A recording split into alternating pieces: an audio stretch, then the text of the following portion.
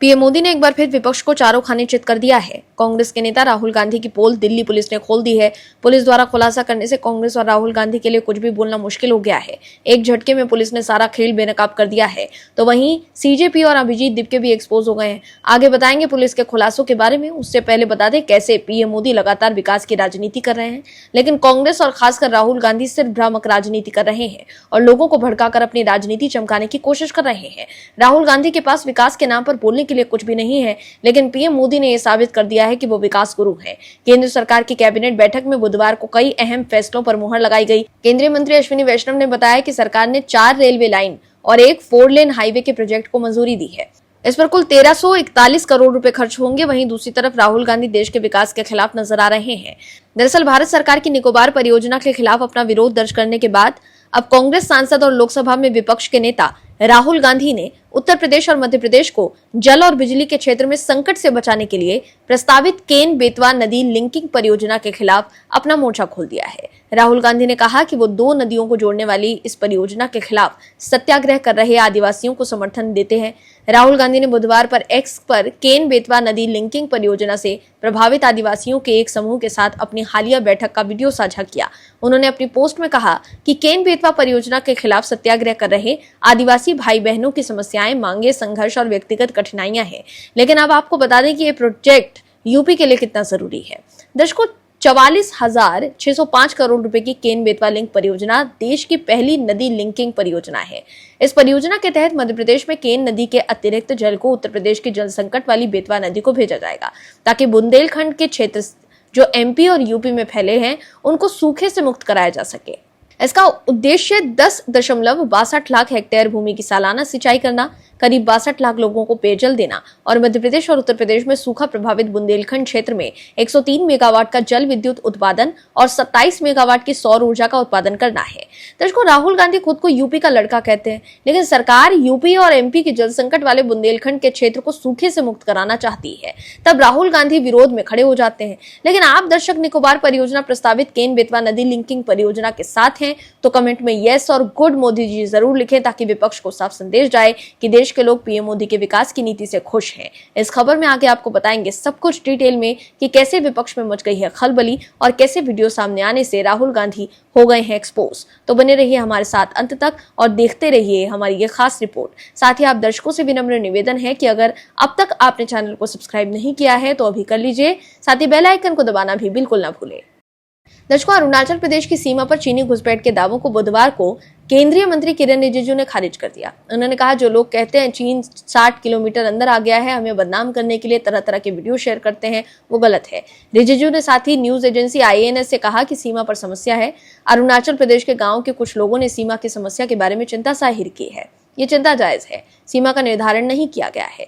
रिजिजू ने यह भी कहा कि बांग्लादेश या अन्य जगहों की ऐसी तस्वीरें पोस्ट करना जिनका इससे कोई लेना देना नहीं है, सिर्फ ये दावा करने के लिए चीनी सेना अरुणाचल में 60 किलोमीटर अंदर घुस गई है, ऐसी गलत जानकारी फैलाने से वहां तैनात हमारे सेना के जवानों और सुरक्षा बलों का मनोबल गिरता है, देश में भ्रम पैदा होता है, ये सही नहीं है। दर्शकों, राहुल गांधी और विपक्ष के लोग लगातार ये दावा करते रहते हैं कि चीन भारत में घुस गया है, लेकिन अब असलियत बाहर आ गई है। वहीं राष्ट्रीय राजधानी दिल्ली के जंतर मंतर पर छात्रों के आंदोलन के दौरान पैलेट गन के इस्तेमाल को लेकर आक्रामक रुख अपनाने वाले राहुल गांधी के आरोपों पर केंद्र सरकार की तरफ से करारा पलटवार किया गया है। केंद्रीय मंत्री किरेन रिजिजू ने राहुल गांधी के आरोपों पर पलटवार करते हुए कांग्रेस शासन के दौरान मिजोरम में लोगों के खिलाफ वायुसेना के इस्तेमाल की याद दिलाई। रिजिजू ने बुधवार को सोशल मीडिया प्लेटफॉर्म एक्स पर पोस्ट करते हुए कहा कि देश के नागरिकों की सुरक्षा और उनकी जिंदगी इस सरकार की सर्वोच्च प्राथमिकता है। रिजिजू ने तेलंगाना आंदोलन 1969 का जिक्र करते हुए कहा कि आंध्र प्रदेश में हुए इस आंदोलन के दौरान ऐतिहासिक दस्तावेजों के मुताबिक 369 लोगों की मौत हुई थी, जिनमें से अधिकांश छात्र पुलिस गोलीबारी में मारे गए थे। इसके साथ ही उन्होंने तुर्कमान गेट विध्वंस और पुलिस फायरिंग 1976 का हवाला देते हुए कहा कि दिल्ली में आपातकाल के दौरान ये एक बड़ा टकराव था। दर्शकों, बंगाल में सीजेपी के कार्यकर्ता अब्दुल के पिता की मौत के मामले में सीजेपी हमलावर है। कोलकाता में एक प्रेस कॉन्फ्रेंस के दौरान सीजेपी के नेता आशुतोष रंगा ने बीजेपी सरकार पर गंभीर आरोप लगाए हैं। आशुतोष रंगा ने कहा है कि सरकार डराने धमकाने के जरिए सीजेपी की आवाज को दबाने की कोशिश कर रही है। बैंकुरा जिले में एक बुजुर्ग की बेरहमी से हत्या का मामला उभरा है, जिसमें आरोपी अब तक नहीं पकड़े गए हैं। रंगा के मुताबिक बुजुर्ग का बेटा सीजेपी से जुड़ा है, इसलिए पुलिस कार्यवाही नहीं कर रही है। वहीं आशुतोष रंगा ने पत्रकारों से बातचीत में कहा कि उन्होंने मृतक के परिवार से मुलाकात की और उनकी मदद के लिए क्राउड फंडिंग शुरू किया। एक युवक अपने इलाके के स्कूल में सुधार करना चाहता था, लेकिन इस कारण उसे और उसके पिता को बीजेपी समर्थित लोगों के हमलों का शिकार होना पड़ा। आशुतोष रंका ने हमलावरों के पास मौजूद हथियारों का भी जिक्र किया, जिसमें बंदूकें और लोहे के सरिया शामिल थे। इसके साथ ही आशुतोष रंका ने आरोप लगाया कि बीजेपी ने उन्हें महत्वपूर्ण बैठक आयोजित करने से भी रोका। बोबाजार के स्थानीय विधायक ने भारतीय एसोसिएशन के अधिकारियों पर दबाव डालकर सीजेपी की बैठक को रद्द करने का प्रयास किया। रंका ने कहा कि हमें ऐसी तकनीकी समस्याओं के बहाने धोखा नहीं दिया जा सकता। बीजेपी बंगाल में हमारी आवाज दबाना चाहती है। उन्होंने सभी लोकतांत्रिक दलों से अपील की है कि वो स्कूल सुधार अभियान में सहयोग करें। वहीं सीजेपी ने साफ किया है कि बैठक रद्द होने के बावजूद उसका स्कूल ठीक करो अभियान जारी रहेगा। रंका के मुताबिक पार्टी के कार्यकर्ता पश्चिम बंगाल के सरकारी स्कूलों का दौरा करते रहेंगे, लेकिन सवाल यह है कि सीजेपी के लोग पंजाब के स्कूलों में क्यों नहीं जा रहे, जहां आम आदमी पार्टी की सरकार है? क्यों सीजेपी के लोग सिर्फ उन्हीं राज्यों में जा रहे हैं जहां बीजेपी की सरकार है? क्यों सीजेपी के लोग कर्नाटक या हिमाचल प्रदेश के स्कूलों में नहीं गए जहां कांग्रेस की सरकार है? क्यों अभिजीत दीप के झारखंड छात्र आंदोलन में शामिल होने नहीं गए? वहीं बंगाल में पहली बार बीजेपी की सरकार बनी है। पिछले 15 सालों से ममता बनर्जी बंगाल की सीएम थी। ऐसे में बंगाल में स्कूलों की खराब हालत को लेकर सीजेपी के लोगों को ममता बनर्जी पर निशाना साधना चाहिए था, लेकिन अब सीजेपी के लोग बंगाल जाकर बीजेपी को बदनाम करने की कोशिश कर रहे हैं। लेकिन सीएम शुभेंदु अधिकारी भी एक्शन मोड में है। अब्दुल के पिता की मौत के मामले को लेकर मुख्यमंत्री शुभेंदु अधिकारी ने सख्त कार्यवाही का भरोसा दिया है। उन्होंने कहा है कि पुलिस परिवार की शिकायत के आधार पर कार्यवाही कर रही है। कानून के मुताबिक सख्त कदम उठाए जा रहे हैं। किसी को बचाने का सवाल नहीं है। सीजेपी के लोग बीजेपी पर अब्दुल के पिता पर हमले का आरोप लगा रहे हैं, हालांकि पार्टी इसे खारिज कर चुकी है। सीएम शुभेंदु अधिकारी ने भी कहा था कि उन्हें जो एफआईआर मिली है उसमें बीजेपी का नाम कहीं नहीं है। दर्शकों, बंगाल में सीजेपी की दाल नहीं गल रही, इसलिए अब सीजेपी के लोग बंगाल में विपक्ष के सामने हाथ फैला रहे हैं। आशुतोष रंका ने कोलकाता में सभी से राजनीति से ऊपर उठकर एकजुट होने की अपील की है। वहीं दूसरी तरफ दिल्ली समेत अन्य राज्यों में छात्रों के प्रदर्शन के बाद हुए एक्शन के मामले में मंगलवार को सुप्रीम कोर्ट में सुनवाई हुई। इस दौरान पुलिस ने अपने काउंटर एफिडेविट में कहा कि प्रदर्शनकारियों के हिंसक होने के बाद ही बल का इस्तेमाल किया गया। पुलिस के मुताबिक बार बार अनुरोध और समझाने के बावजूद प्रदर्शनकारियों के एक वर्ग ने आक्रामक रुख अपनाया और संसद की ओर बढ़ने के लिए बैरिकेड तोड़ने की कोशिश की। पुलिस ने दावा किया कि प्रदर्शनकारियों ने बैरिकेड पर तैनात पुलिसकर्मियों पर हमला किया। महिला पुलिसकर्मियों और पुरुष पुलिसकर्मियों को भीड़ में खींचा गया। कुछ पुलिसकर्मियों के हेलमेट और सुरक्षा उपकरण उतार लिए गए और उन्हें सड़क पर धकेला गया। पुलिस के मुताबिक इससे महिला सुरक्षा कर्मियों समेत 240 से ज्यादा पुलिस अधिकारी और कर्मी घायल हुए। तो देखा आपने कि कैसे दिल्ली पुलिस ने खुलासा कर सीजेपी प्रोटेस्ट के दौरान हिंसक भीड़ की पोल खोल दी है, लेकिन फिर भी सीजेपी के लोग चाहते हैं कि सभी आरोपियों के खिलाफ दर्ज एफआईआर रद्द हो जाए, लेकिन सरकार कार्यवाही के मूड में है। दर्शकों, कांग्रेस सांसद राहुल गांधी के छात्रों की गूंज कार्यक्रम में बाधा डालने को लेकर एक बार फिर कांग्रेस ने बीजेपी पर जोरदार हमला बोला है। कांग्रेस नेता सुप्रिया श्रीनेत ने वीडियो जारी करते हुए बीजेपी पर आरोप लगाया है कि राहुल गांधी के संवाद कार्यक्रम छात्रों की गूंज को रोकने के लिए बीजेपी शासित राज्यों में लगातार प्रशासनिक अड़चनें पैदा की जा रही हैं। कांग्रेस के सोशल मीडिया विभाग की प्रमुख सुप्रिया श्रीनेत ने एक्स पर वीडियो जारी करते हुए कहा कि छात्रों की गूंज वो कार्यक्रम है, वो संवाद है जहां पर राहुल गांधी जी खुले मन से छात्रों से, युवाओं से बात करते हैं। बिल्कुल राजनीतिक चर्चा नहीं होती है। उनके इश्यूज पर, उनकी प्रॉब्लम्स पर उन्मुक्त होकर संवाद होता है, कैंडिड कन्वर्सेशन होता है। वहीं दूसरी तरफ दिल्ली में जंतर मंतर पर प्रदर्शन के दौरान हुए लाठीचार्ज पर सियासी बवाल जारी है। कांग्रेस नेता राहुल गांधी ने केंद्रीय संसदीय कार्य मंत्री किरण रिजिजू के उस बयान पर पलटवार किया है जिसमें उन्होंने दावा किया था कि जंतर मंतर पर प्रोटेस्ट के दौरान किसी को भी कोई नुकसान नहीं पहुंचा, किसी की भी हड्डी नहीं टूटी, गंभीर चोट के कारण कोई भी प्रदर्शनकारी अस्पताल में नहीं है। राहुल गांधी ने कहा कि मोदी सरकार के मंत्री कह रहे हैं कि दिल्ली पुलिस की तारीफ करनी चाहिए। संसद से आधा किलोमीटर दूर शांतिपूर्ण छात्रों पर पैलेट गन चली, कील लगी लाठियां चली, एक बच्चे की आंख जल गई, एक बच्ची का कान कट गया। इस बर्बरता की तारीफ करनी चाहिए। राहुल गांधी ने कहा कि मैं खुद उन घायल बच्चों से मिला हूं। हजारों वीडियो देश ने देखे हैं। इस सरकार का मूल मंत्र ही असत्य और हिंसा है। पहले बच्चों पर लाठी चलाओ, फिर बोल दो कि कुछ हुआ ही नहीं। दरअसल न्यूज एजेंसी एएनआई को दिए इंटरव्यू में रिजिजू ने कहा कि एक आदमी की मौत नहीं हुई, हड्डी नहीं टूटी, एक भी प्रदर्शनकारी गंभीर रूप से घायल होकर अस्पताल में नहीं है। रिजिजू ने आगे ये भी कहा कि इतना बड़ा आंदोलन हजारों में आए, छात्रों की आड़ में कई क्रिमिनल आए, आधे से ज्यादा लोग आम आदमी पार्टी, डफली बजाने वाले, भीम आर्मी और समाजवादी पार्टी वाले थे। दर्शकों, राहुल गांधी पुलिस पर ही निशाना साध रहे हैं, लेकिन पुलिस वालों पर हुए हमले पर कुछ नहीं बोल रहे हैं। दर्शकों, आंदोलन को लेकर राहुल गांधी कह रहे हैं कि शांतिपूर्ण छात्रों पर पैलेट गन चली, कील लगी लाठियां चली, एक बच्चे की आंख जल गई, लेकिन राहुल गांधी की कील लगी लाठियां चलने के दावों की पुलिस ने हवा निकाल दी है। पुलिस ने दावा किया है कि प्रदर्शनकारियों ने बैरिकेड पर तैनात पुलिसकर्मियों पर हमला किया। महिला पुलिसकर्मियों और पुरुष पुलिसकर्मियों को भीड़ में खींचा गया। कुछ पुलिसकर्मियों के हेलमेट और सुरक्षा उपकरण उतार दिए गए और उन्हें सड़क पर धकेल दिया गया।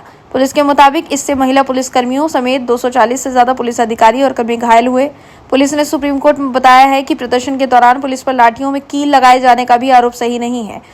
इस संबंध में एक अकेला वीडियो सामने आया है और अगर उसे पूरा देखा जाए तो कथित कील वाली लाठी पुलिस के हाथ में नहीं बल्कि प्रदर्शनकारियों के हाथों में दिखाई देती है। दिल्ली पुलिस ने माना कि 218 प्रदर्शनकारियों का घायल होना दुर्भाग्यपूर्ण है, लेकिन उसने कहा कि इन चोटों को अत्यधिक बल प्रयोग का नतीजा नहीं माना जा सकता। पुलिस के मुताबिक जब भीड़ पूरी तरह बेकाबू हो गई और पुलिस तथा प्रदर्शनकारियों के बीच संघर्ष हुआ, उसी दौरान ये चोटें लगी। दर्शकों, राहुल गांधी ने एक्स पर पोस्ट कर आरोप लगाया है कि पुलिस की कील लगी लाठियां चल रही थी, लेकिन पुलिस ने साफ कर दिया है कि कील लाठी पुलिस नहीं बल्कि प्रदर्शनकारी ही चला रहे थे। ऐसे में साफ हो गया है कि पुलिस के खुलासे के बाद राहुल गांधी कुछ बोलने लायक नहीं रह गए हैं। दर्शकों, भ्रष्टाचार निरोधक ब्यूरो यानी एसीबी ने आम आदमी पार्टी के नेता और दिल्ली के पूर्व जल मंत्री सत्येंद्र जैन को गिरफ्तार कर लिया है। सत्येंद्र जैन पर दिल्ली जल बोर्ड के टेंडर की हेराफेरी में शामिल होने के आरोप लगे हैं। ये केस 2 साल पुराना बताया जा रहा है। हिरासत में लिए जाने के बाद सत्येंद्र जैन की पहली प्रतिक्रिया आई है। उनका कहना है कि ये सब कुछ एक राजनीतिक मामला है और कुछ नहीं है। कोर्ट ले जाते समय सत्येंद्र जैन ने अपनी गिरफ्तारी को पंजाब चुनाव से जोड़ते हुए कहा, यह पंजाब चुनाव की वजह से किया गया है। वहीं अरविंद केजरीवाल समेत कई आप नेताओं ने गिरफ्तारी का विरोध किया है, जबकि बीजेपी ने कार्यवाही को सही ठहराया है। अरविंद केजरीवाल ने एक्स पर पोस्ट कर कहा कि सत्येंद्र जैन जी को एक बार फिर बीजेपी ने गिरफ्तार करवा दिया है। अभी कुछ वक्त पहले इन लोगों ने जेल में डालकर उनकी जो दुर्दशा की थी वो सबको याद है। पिछला केस भी फर्जी था, ये केस भी फर्जी साबित होगा। अरविंद केजरीवाल ने आगे लिखा कि आखिर कब तक बीजेपी की ये तानाशाही चलती रहेगी, जिसे मन करता है झूठे आरोप लगाकर जेल में डाल देते हैं। इनका झूठ एक बार फिर देश के सामने आएगा, लेकिन जेल में बिताए उस वक्त और मानसिक प्रताड़ना की भरपाई कौन करेगा? बीजेपी के पाप का घड़ा भर चुका है। ये चाहे जितनी तानाशाही कर ले, अब मोदी सरकार का अंत तय है। पूरी आम आदमी पार्टी की और देश की जनता सत्येंद्र जैन जी के साथ मजबूती से खड़ी है। वहीं आम आदमी पार्टी के सांसद संजय सिंह ने कहा कि पार्टी के वरिष्ठ नेता और पंजाब के सह प्रभारी सत्येंद्र जैन को गिरफ्तार कर लिया गया है। उन्होंने आरोप लगाया कि बीजेपी सरकार की नीति काम करने वाली सरकार को परेशान करने और उसे रोकने और हर संभव तरीके से दबाव बनाने की है। वहीं एक्स पर पोस्ट कर संजय सिंह ने लिखा कि बीजेपी पंजाब का चुनाव बुरी तरह हार रही है। उसी बौखलाहट के कारण पंजाब के सह प्रभारी सत्येंद्र जैन को 2 साल पुराने झूठे मुकदमे में गिरफ्तार कर लिया गया है। दिल्ली चुनाव के पहले अरविंद केजरीवाल, मनीष सिसोदिया, सत्येंद्र जैन जी को मुझे गिरफ्तार किया गया था। पंजाब चुनाव के पहले गिरफ्तारियां शुरू हो गई हैं। पहले संजीव अरोड़ा, अब सत्येंद्र जैन। पूरा देश देख रहा है, मोदी जी की तानाशाही चरम पर है। इस तानाशाही का अंत करीब है। दर्शकों, सत्येंद्र जैन की गिरफ्तारी के बाद संजय सिंह दावा कर रहे हैं कि पीएम मोदी की तानाशाही चरम पर है। इस तानाशाही का अंत करीब है, लेकिन एक मामले में संजय सिंह भी मुश्किल में फंसते दिखाई दे रहे हैं।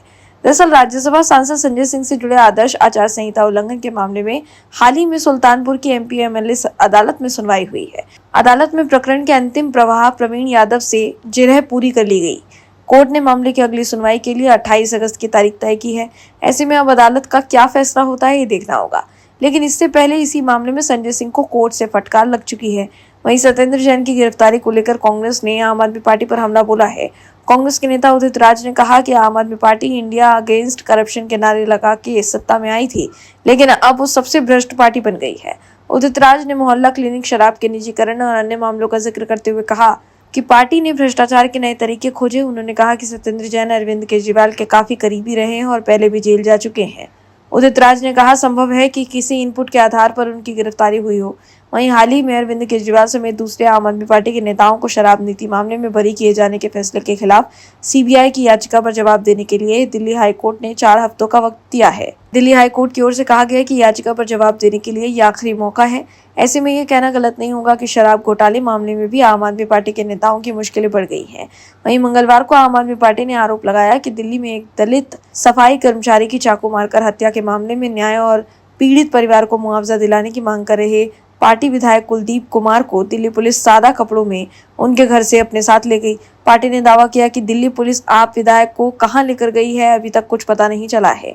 कुल मिलाकर देखें तो आम आदमी पार्टी के कई नेता कानूनी पचड़े में फंसते हुए नजर आ रहे हैं। Bureau report, OMS news. आप दर्शकों से विनम्र निवेदन है कि चैनल को सब्सक्राइब जरूर करें